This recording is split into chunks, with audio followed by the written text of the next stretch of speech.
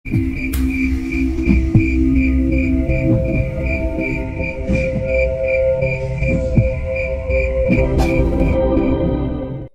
sisi lain, keberadaan sosok Mahendra membuat Minara merasakan sebuah ancaman yang membahayakan nyawanya. Minara pun langsung melancarkan serangan ke arah Mahendra dengan selendangnya. Namun, selendang itu dengan mudahnya ditepis oleh sosok-sosok Mahendra. Hanya dengan menggunakan satu jari telunjuk saja, selendang itu lantas tersobek-sobek. Minara tampak terkejut. Tubuhnya seketika menjadi kaku karena tak tahu harus berbuat apa. Sementara itu, Mahendra mulai membuka penutup guci di tangannya. Minara sadar akan itu, matanya kian membelalak, dan tubuhnya spontan bergerak untuk melarikan diri. Namun usahanya sia-sia, sebab guci itu dalam sekejap mata berhasil menyerap keseluruhan tubuhnya. Mahendra lalu dengan santainya menutup guci itu kembali dan meletakkannya di atas meja. Sementara itu, semua kejadian itu berputar-putar dengan sangat cepat, hingga pada akhirnya pandanganku kembali pada kegelapan total, yang sejenak kemudian membuatku merasa terbentur pada suatu benda keras. Samar-samar penglihatanku mulai pulih, dan yang ada di pandanganku saat itu adalah pintu gubuk di mana tubuhku seharusnya berada. Firasat buruk pun seketika menghampiri batinku. Sudah puas melihatnya? Aku langsung berbalik badan dan seketika dikagetkan oleh penampakan wanita yang sama persis dengan penampilan khodam yang dimiliki oleh Darsa, khodam wanita yang bernama Minara. "Kau sudah melihat terlalu banyak," ucap Minara dengan sinis. "Kau harus membayarnya dengan nyawamu." Setelah berucap seperti itu, Minara langsung menerjang posisiku sembari tertawa cekikikan. Dari jari jemarinya muncul kuku-kuku panjang dan hitam yang ujungnya setajam pisau. Sebelum jangkauan kukunya sampai kepadaku, secara refleks aku mengaktifkan ajian gembala geni di batinku. Dalam seketika, energi berbentuk bola api muncul dan langsung menyambar sosok Minara. Minara langsung menghindar dengan mundur beberapa langkah. Tatapannya yang sebelumnya anggap remeh kini menjadi was-was saat bertukar pandangan denganku. Sepertinya ajian gembala geni yang kumiliki dapat mengancam dirinya. Jeda itu langsung kumanfaatkan dengan mencoba untuk memasuki gubuk yang berada di belakangku. Namun saat pintunya kusentuh, tanganku seperti sedang tersengat listrik. Aku pun refleks langsung menarik tanganku kembali. Perlahan aku menyadari bahwa tubuhku sedang terjebak di dalam, dan saat ini aku sedang berada dalam mode proyeksi astral alias meraga sukma. Terbersit larangan Mahendra yang seketika membuatku menjadi panik. Minara menyadari itu, dan dia pun tertawa melihat kondisiku. "Kasihannya dirimu telah dibuang oleh tuanmu." "Aku tak memiliki tuan," bentakku. "Aku bukan makhluk murahan sepertimu." Tatapan Minara seketika berubah menjadi tajam. Energi yang muncul dari sosoknya seakan meletup hingga membuatku gugup. Kulitnya yang tadinya putih mulus kini berubah menjadi hitam gosong. Ditambah lagi dengan kemunculan taring panjang dari sela-sela mulutnya. Bukan cuma itu saja. Kini muncul sosok raksasa bermata satu. Sosok yang merasuki Devi. Sosok yang bernama Ruksapati. Sosok raksasa itu berdiri tegap di belakang Minara. Matanya yang merah berkilau-kilau sedang tertuju pada diriku. Saat itu juga, aku mulai menyadari bahwa sebelumnya mereka berdua telah terjebak di guci Mahendra. Seketika muncul pertanyaan di benakku. Kenapa mereka dilepaskan oleh Mahendra? Apakah ini hanya sekedar tes yang disiapkan Mahendra untukku? Seakan bisa membaca pikiranku, Minara lantas berkata, "Jangan berharap akan pertolongan laki-laki itu. Dia sudah berjanji tak akan ikut campur." Aku masih tak bisa mempercayai ucapan dari makhluk penuh tipu muslihat seperti dirinya. Lantas aku membantahnya. "Untuk apa aku percaya pada omonganmu?" Minara tersenyum seakan mencemoohku lalu berkata, "Kau tak perlu percaya. Kami hanya perlu membuktikannya padamu." Sosok raksasa bernama Ruksapati itu langsung berteriak keras, lalu meluncurkan tangannya ke arahku. Tangan raksasa itu bagaikan sebuah pohon yang diayunkan untuk menyerangku. Aku spontan menghindar dengan melayang menjauhi gubuk tersebut. Saat aku mencoba melarikan diri, sosok Minara seketika muncul di hadapanku. Dia lalu mencoba untuk mencabik-cabikku dengan kuku panjangnya. Namun aku langsung mengaktifkan ajian Gembala Geni dan menghantamnya dengan sebuah pukulan api. Minara lantas menjerit kesakitan akibat terpelanting beberapa meter ke belakang. Di sisi lain, tangan raksasa dari Ruksapati masih bergerak mengincarku. Namun aku dapat menghindarinya dengan tipis. Aku lantas melakukan serangan balik dengan memberi pukulan api secara jarak jauh. Berkali-kali aku memberikan serangan itu, tetapi tampaknya itu tak berdampak banyak bagi tubuh raksasanya. Raut wajah dari Ruksapati tampak datar. Dia terus-menerus melayangkan tangannya ke arahku seakan ingin menggenggamku. Pertarungan itu kian berlanjut, sampai beberapa saat kemudian, tiba-tiba, sebuah selendang merah yang compang-camping muncul dan membalut pergelangan kakiku. Tubuhku langsung kehilangan keseimbangan, sebab aku ditarik oleh selendang itu menuju sosok Minara. Tanpa ragu-ragu, aku langsung melayangkan seranganku secara bertubi-tubi ke arah Minara. Minara lantas mengibarkan selendangnya untuk menutupi tubuhnya. Seranganku yang bertubi-tubi itu bagaikan petasan yang meledak secara beruntun. Anehnya, selendang compang-camping itu ternyata berhasil menangkis sebagian besar seranganku. Hanya menyisakan beberapa serangan yang berhasil tembus dan membakar permukaan kulit Minara. Minara tampak tak memperdulikannya. Dia tetap fokus menarikku ke arahnya. Aku pun tak henti-hentinya meluncurkan pukulanku. Semakin jarak kami terpaut dekat, perasaan panik pun kian menjalar di batinku. Sembari berteriak mengumpulkan keberanian, tak henti-hentinya aku melancarkan seranganku, hingga pada akhirnya selendang merah yang digunakan Minara berhasil hangus terbakar. Kini pertahanannya terbuka. Aku lantas ingin menggunakan kesempatan itu untuk langsung mengakhirinya. Sebelum aku melancarkan seranganku, sekilas aku melihat sebuah senyuman kemenangan tersungging di bibir Minara. Aku tak memperdulikannya dan langsung mengarahkan pukulanku ke arahnya. Namun belum sempat pukulan itu melayang, genggaman Ruksapati telah berhasil mengunci badanku. Sosok Ruksapati kian menyeringai menatapku. Lalu dia perlahan berucap, "Waktunya bersenang-senang." Sementara itu, gemerlap bintang nan indah kian menghiasi langit di angkasa. Sang rembulan tak mau kalah.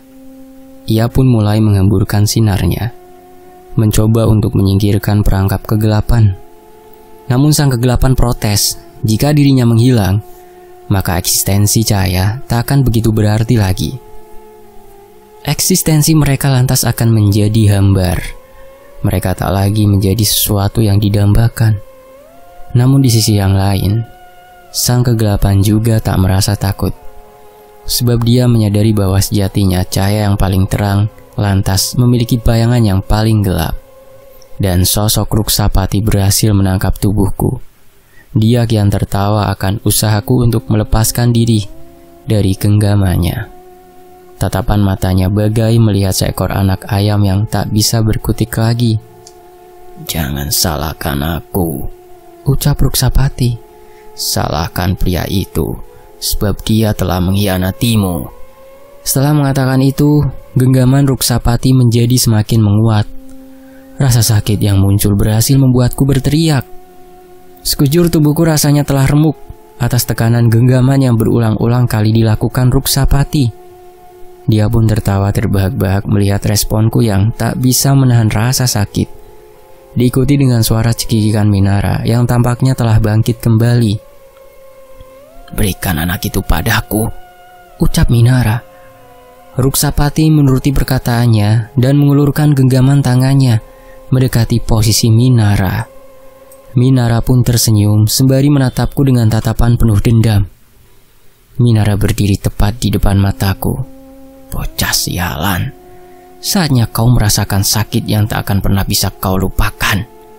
Sembari tersenyum, Minara mulai mengarahkan ujung kukunya yang runcing menuju daguku. Dia lalu perlahan menusukkan kukunya ke dalam.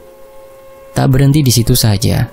Dia lalu menarik gores panjang dari daguku, menurun ke leher hingga pada akhirnya berhenti di tengah dadaku. Dia sengaja melakukannya secara perlahan, karena ingin menikmati ekspresi kesakitan dari wajahku. Sementara itu, aku tak bisa melakukan perlawanan apapun. Aku hanya bisa menerima rasa sakit layaknya ditusuk-tusuk oleh pisau. Minara lalu menghujamku dengan kukunya berkali-kali, layaknya sedang menekan tombol angka di lift. Bermula dari 1 jari, perlahan bertambah menjadi 2, dan lama-kelamaan menggunakan 5. Dia mencabik-cabikku tanpa memberikanku jeda untuk bernafas. Rasa sakit itu kian menumpuk hingga meninggalkan sebuah trauma. "Lepaskan aku. Aku akan membantu kalian melawan pria itu," ucapku berusaha untuk bernegosiasi. Suara tawa menggelegar dari Ruksapati seketika menghantam pendengaranku. Minara lalu membalas ucapanku. "Justru pria itu telah berjanji untuk melepaskan kami jika berhasil membunuhmu." Mendengar perkataannya lantas membuat secercah harapan di batinku musnah. Perlawanan tak lagi kulancarkan. Kekecewaan lagi-lagi datang menghampiriku. Aku tak menyangka bahwa aku kembali dikhianati untuk sekian kalinya. Rasa putus asa pun kian menjalar pada setiap sudut ruang di batinku. "Bunuh saja aku," ucapku pasrah. Minara pun kembali tertawa cekikikan lalu berkata, "Kami akan mengabulkannya setelah puas menyiksamu." Sesuai perkataannya, Minara lalu melanjutkan aksinya dengan menggores-goreskan semua kukunya di sekujur tubuhku. Rasa sakit itu kian nyata, tak seperti rasa sakit di dalam mimpi yang akan menghilang setelah kita terbangun. Rasa seperti dikoyak-koyak terasa di setiap titik tubuhku. Sialnya, aku tak bisa pingsan. Berharap agar penderitaan ini bisa cepat berlalu. Semua kata umpatan telah terbesit di dalam benakku. Penyesalan atas keputusan datang ke tempat ini juga hadir di pikiranku. Namun rasa kekecewaanlah yang selalu terngiang-ngiang di relung hatiku. Bukan kekecewaan atas orang lain, tapi kekecewaan atas diriku yang selalu tak berdaya atas masalah yang menghampiriku. Oleh sebab itu aku mulai pasrah sepenuhnya. Sekilas aku berpikir, mungkin mati adalah pilihan yang lebih baik untuk menyudahi penderitaan hidup ini.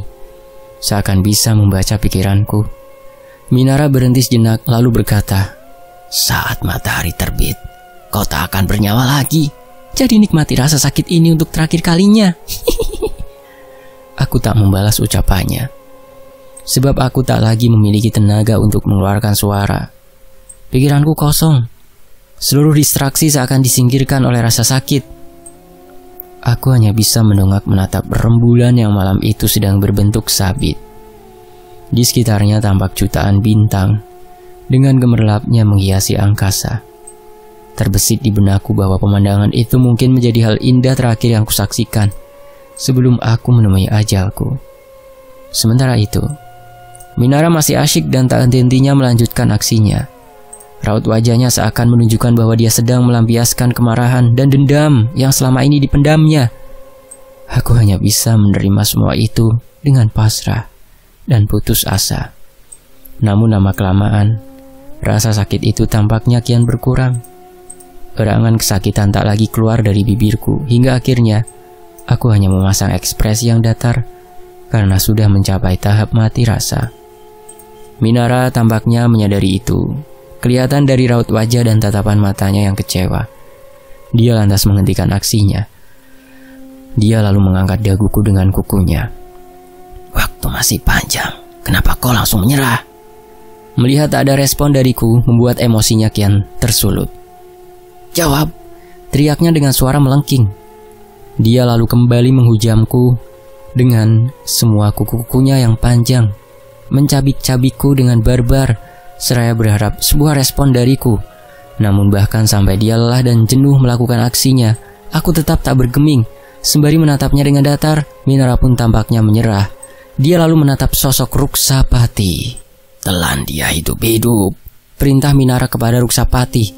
Ruksapati sekilas tampak ragu.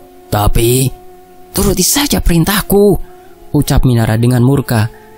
Mungkin karena Minara berada pada strata yang lebih tinggi, Ruksapati pun terpaksa menuruti perintahnya. Dia lantas mengangkatku dan membuka mulutnya lebar-lebar. Aku menengok ke bawah dan melihat hanya ada kegelapan di bawah sana. Hingga sejenak kemudian, genggaman tangan Ruksapati terlepas dan membuatku terjun dengan bebas menuju mulutnya. Akhirnya berakhir, ucapku dalam batin. Aku tertelan dan dihadapkan pada kegelapan total. Namun kini bukan rasa sakit akibat benda tajam yang muncul, tetapi rasa terbakar, layaknya kulit yang melepuh. Di saat aku sudah pasrah sepenuhnya, tiba-tiba terdengar sebuah suara bisikan yang berhasil membangunkanku. Amurti. Aku bingung dan tak mengerti apa ataupun siapa maksud dari perkataan itu. Amurti. Mulai timbul gejolak di batinku. Satu kata itu seakan ingin membangkitkan sesuatu di dalam dari diriku. Aku seketika menjadi gelisah karena seperti ada sesuatu yang berontak dari tengah dadaku. Amurti. Semuanya seketika menjadi senyap. Semua perasaan dan pikiranku bagai melebur tak bersisa. Aku merasakan suatu kehambaan yang tak bisa dijelaskan dengan kata-kata. Aku hanya bisa menikmati momen itu sekilas, sebelum suatu lonjakan energi tiba-tiba melandaku bagaikan sebuah tsunami. Kehambaan itu pun sirna, digantikan oleh suara ledakan dan suara api yang menyala, bagaikan suara dari api unggun, yang kemudian diikuti oleh suara jeritan menggelegar yang berhasil memekikkan telinga. Beberapa saat kemudian, aku merasa tubuhku terdorong hingga terhempas dari dalam kegelapan itu. Terang kembali menyinari pandanganku dan memperlihatkan sosok Ruksapati yang sedang terbakar oleh api hitam di sekujur tubuhnya. Api hitam itu dalam sekejap mata melahap habis tubuh dari Ruksapati hingga tak meninggalkan sisa. Muncul sebuah sensasi kenikmatan saat aku menyaksikan makhluk itu sedang terbakar hidup-hidup. Jika aku perhatikan lebih dekat, api hitam itu lebih tepatnya menghisap energi dari sosok Ruksapati. Oleh sebab itu, aku merasa energi api hitam itu menjadi semakin membesar. Aku merasa energi di tubuhku menjadi semakin meluap-luap. Selama ini, aku tak pernah merasa lebih kuat dari apa yang kurasakan sekarang. Aku perlahan memperhatikan sekujur tubuhku yang tampak dibalut oleh api hitam yang menyala-nyala. Sekilas aku merasa di balik api hitam itu ada elemen kegelapan yang jauh lebih dominan. Di satu sisi, api hitam itu tak memberi efek panas, layaknya saat aku menggunakan ajian gembala geni. Namun tak tahu kenapa, aku merasa seperti ada sesuatu yang hilang dari dalam diriku, yang jika ditanya, aku tak bisa menjelaskannya. Sejenak kemudian, tatapan mataku kini tertuju pada sosok Minara. Sosok wanita yang tadinya tampak menyeramkan, kini justru tampak menyedihkan bagiku. Saat itu raut wajah Minara tampak ketakutan. Pupil matanya tampak bergetar dengan hebohnya. Kau, kenapa kau bisa menjadi seperti itu? Ucap Minara seakan tak percaya. Aku mulai bergerak mendekati posisinya. Lantas Minara mencoba untuk melarikan diri. Tetapi aku langsung meniatkan api hitam di sekitar tubuhku untuk mengikat kedua tangan dan kakinya.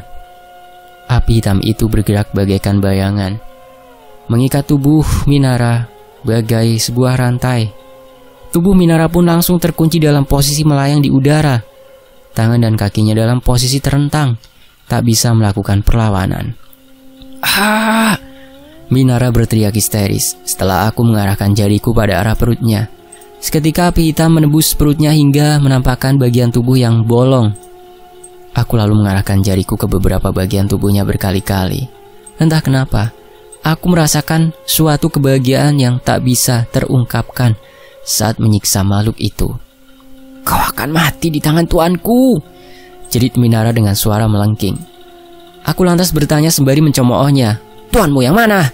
Maksudmu manusia yang memperbudakmu itu? Aku pun ingin tertawa karena sosok Darsa yang kumaksud hanyalah manusia lemah yang cuma bisa mengandalkan khodam. Dia bahkan lebih lemah dan hina dibandingkan dirimu, hardiku tepat di depan matanya. Minara tampak tak peduli akan hinaan yang kulontarkan pada Darsa. Dia memandangku dengan tatapan remehnya. Hina saja suamiku dengan sepuasmu, cemooh Minara. Tetapi tak lama lagi, tuanku pasti akan membalaskan dendamku. Gertakan dari Minara tak mempengaruhiku sedikit pun. Aku lantas berkata, sebelum tuanmu itu datang, kau harus merasakan pembalasan dariku dulu. Aku langsung mengerahkan api hitam di tubuhku untuk membalut seluruh tubuh Minara, terkecuali bagian kepalanya. Bocah jahanam, terkutuklah kau. Berbagai jenis umpatan pun keluar dari mulut Minara hingga api hitam itu habis melahap seluruh tubuhnya tanpa meninggalkan sisa. Kepala dari Minara pun terjatuh ke tanah dengan keadaan mata yang terpejam. Melihat pemandangan itu saja, tampaknya belum dapat memuaskan batinku. Aku lalu berjalan menghampirinya, lalu menjambak rambutnya. Aku mengangkatnya dan mendekatkannya kepada wajahku. Jangan pura-pura mati, ucapku sembari tersenyum sinis. Minara tak memperdulikan ucapanku. Kedua matanya tetap dalam keadaan terpejam. Aku pun tak bisa membendung tawa dari mulutku, sebab di ujung kematian pun makhluk itu masih sibuk untuk memperlihatkan kemampuan tipu muslihatnya. Aku mulai mengerahkan api hitam di sekujur tubuhku dan meniatkannya untuk membentuk tubuh Minara kembali. Api hitam di sekujur tubuhku langsung bereaksi dan seketika menyelimuti bagian leher Minara. Kedua mata Minara yang tadinya terpejam lantas langsung terbuka. Raut wajah ketakutan tampak memenuhi setiap sudut di wajahnya. Minara tampak semakin panik, sebab tak perlu memakan waktu yang lama. Dia menyadari bahwa tubuhnya telah terbentuk kembali oleh api hitam itu. Akhirnya sekarang juga, teriak Minara dengan histeris. Aku mengangguk lalu berkata, iya, tapi tunggu aku puas. Jeritan dan keheningan terjadi secara silih berganti. Deru angin malam menjadi pengisi jeda atas penderitaan sebuah makhluk. Keangkuhan yang dipamerkannya sejak awal kini telah sirna, digantikan oleh rintih dan tangisan memohon ampun. Dia berharap agar pria yang ada di hadapannya dengan berbaik hati rela untuk mengakhiri penderitaannya. Tolong. Sosok Minara yang ada di hadapanku kini hanya bisa berucap lemah sembari memasang raut wajah memelas. Memohonlah pada Tuanmu, balasku. Saat ini aku hanya memberikanmu balasan yang setimpal. Minara lantas bertekuk lutut layaknya menyembah. Aku rela menjadi pengikutmu. Tolong lepaskan aku. Aku tak butuh pengikut. Kutolak penawarannya mentah-mentah. Lalu aku kembali mengerahkan api hitam ke sekujur badannya. Pemandangan sosok Minara yang terbakar terjadi berulang-ulang kali, membakar lalu memulihkan tubuhnya kembali hingga seperti yang semula. Aku bahkan sampai lupa akan jumlahnya karena terlalu sering. Aku masih menikmati sensasi kekuatan yang saat itu kurasakan.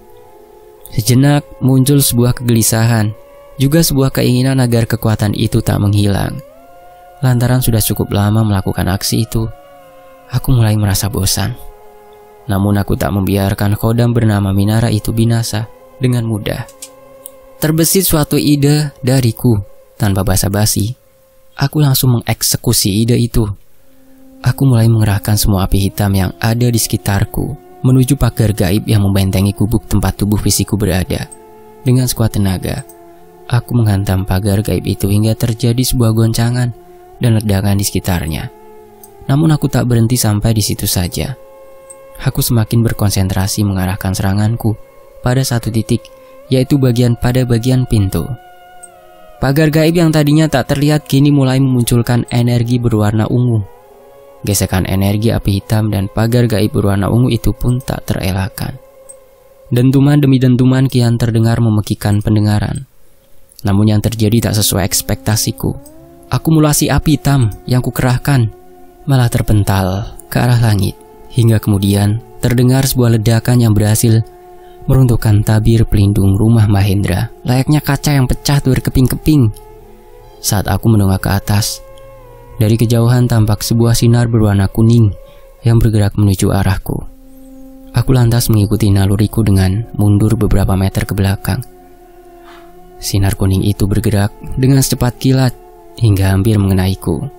Saat kuperhatikan, sinar itu ternyata sebuah trisula yang kini telah tertancap di tanah, hanya terpaut satu jengkal di hadapanku. Sejenak kemudian, muncul gumpalan asap hitam, bagaikan awan yang kian mengelilingi seluruh area rumah Mahendra. Dari gumpalan asap tersebut, muncul satu persatu makhluk dengan wujud prajurit yang memegang tombak. Namun dari semua itu, yang paling mencolok adalah sosok iblis bermahkota yang sedang ditenteng 4 prajurit menggunakan tandu singgasana emas. Sosok iblis yang selama ini disembah oleh Darsa. Dari balik asap itu, ratusan atau bahkan ribuan prajurit tampak membentuk formasi, seakan sudah siap untuk menyerangku. Mereka menatapku dengan tajam, seakan berhadapan dengan musuh bebuyutannya. Trisula yang tadinya menancap di tanah, kini bergetar dan melayang kembali pada pemiliknya, yaitu sosok yang sedang duduk di atas tandu singgasananya. Sosok itu mulai memecahkan keheningan seraya berteriak, "Kembalikan anakku!" Aku lantas mengangkat potongan kepala Minara tinggi-tinggi sembari berkata, "Apa bayarannya?" Dengan ekspresi datar sosok itu menjawab, "Aku akan membiarkanmu hidup." Aku pun lantas tersenyum atas penawarannya. "Baiklah, akan kukembalikan anakmu." Aku langsung melempar kepala Minara menuju gerombolan para prajurit. Para prajurit itu pun seketika panik dan mencoba menangkapnya dengan berhati-hati. Pada akhirnya, salah satu dari pasukan itu berhasil menangkapnya dan segera membawa Minara ke hadapan rajanya. Sosok yang berada di singgasana itu lantas tersenyum puas sembari menerima potongan kepala dari anaknya. Namun senyumannya itu tak berlangsung lama, sebab kepala yang dipegangnya tiba-tiba terbakar dengan sendirinya. Sosok itu seketika panik dan berusaha memadamkan api itu. Namun usahanya sia-sia, sebab api dalam sekejap mata telah melahap habis potongan kepala dari Minara. Sosok itu lantas berteriak murka lalu berkata, "Aku Artuka, bersumpah untuk menghabisimu beserta seluruh keluargamu." "Coba saja kalau kau sanggup," jawabku dengan penuh percaya diri.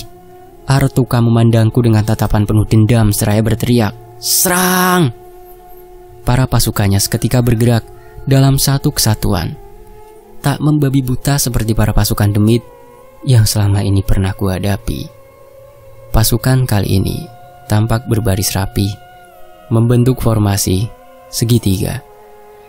Di ujungnya hanya ada satu sosok bertubuh kekar bagai raksasa yang berdiri di lini paling depan.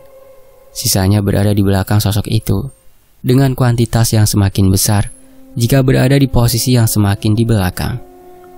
Melihat pasukan itu tak membuatku gentar. Aku langsung mengerahkan api hitam untuk menyerang sosok panglima yang berdiri di lini paling depan.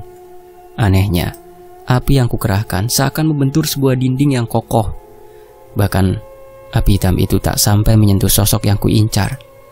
Seranganku berhenti pada jarak beberapa meter dari sosok panglima itu. Saat seranganku gagal, pasukan itu lantas bergerak mendekati posisiku.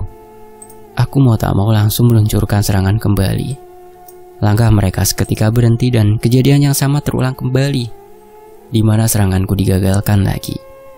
Tanpa pikir panjang, aku meluncurkan serangan demi serangan untuk mencari celah kelemahan mereka. Aku mulai mencoba menyerang dari segala sisi, namun seranganku tetap tak bisa menembus pertahanan mereka. Aku meluncurkan seranganku tanpa henti sembari memikirkan cara untuk menghancurkan formasi pasukan itu. Di sisi lain, jarak kami semakin lama telah menjadi semakin dekat. Aku pun terpaksa bergerak mundur, mencoba untuk menjaga jarak. Sosok yang berada di singgasana pun tampaknya tak mau diam. Dia lantas berdiri dan melemparkan trisula emasnya menuju diriku. Konsentrasiku seketika buyar.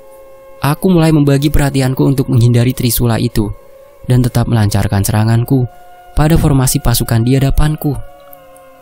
Pertarungan itu terasa semakin sengit, hingga beberapa saat kemudian terbesit suatu ide di benakku. Aku berhenti bergerak mundur dan memusatkan perhatianku pada trisula yang sedang melayang liar. Saat trisula itu menukik tajam ke arahku, aku langsung membentuk perisai dari api hitam di sekujur tubuhku. Seketika terjadi pergesekan energi dan saat itu pula aku langsung bergerak menggenggam gagangnya. Tanpa basa-basi, aku langsung membantingnya ke tanah dan memijaknya agar tak bisa bergerak lagi. Sementara itu, para pasukan langsung bergerak dan berusaha mempersingkat jarak di antara kami. Perhatianku pun kembali tertuju pada mereka. Aku lantas mengerahkan seluruh tenagaku untuk kembali menyerang mereka. Namun kali ini aku tak menyerang pada satu titik saja.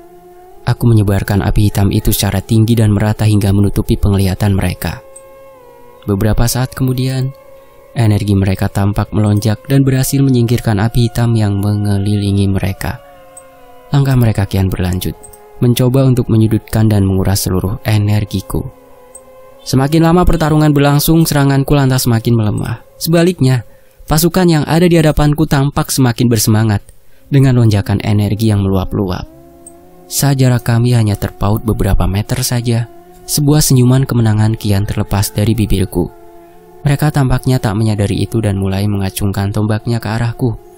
Namun beberapa detik kemudian, sebuah ledakan yang diikuti dengan berbagai jeritan kian memenuhi pendengaranku. Formasi yang tadinya tampak sempurna, kini menjadi kacau berantakan. Hanya tampak sebuah pemandangan di mana para prajurit sedang terbakar oleh api hitam di sana. Ada beberapa yang mencoba untuk melarikan diri. Ada juga yang mencoba memadamkan api itu dengan memukul-mukulnya. Namun semua usaha mereka sia-sia. Sebab tak memakan waktu yang lama, mereka telah habis dilahap sebagai nutrisi bagi api hitam tersebut. Sementara itu, sosok Artuka tampak heran layaknya tak percaya akan pemandangan yang ada di depan matanya. Pihaknya yang sejak awal telah unggul, tiba-tiba dalam sekejap mata malah jadi berbalik kalah. Artuka tak menyangka bahwa aku telah menanam energi api hitam itu di dalam tanah. Saat pasukan yang di posisi tengah telah berada pada jarak serang, aku langsung niatkan api hitam itu untuk meledak. Bersambung dulu, nantikan bagian berikutnya ya. Terima kasih untuk penulisnya, Fikrama Nirwasita. Dan terima kasih untuk teman-teman yang sudah menyimak sejauh ini. Saya pamit, wassalamualaikum.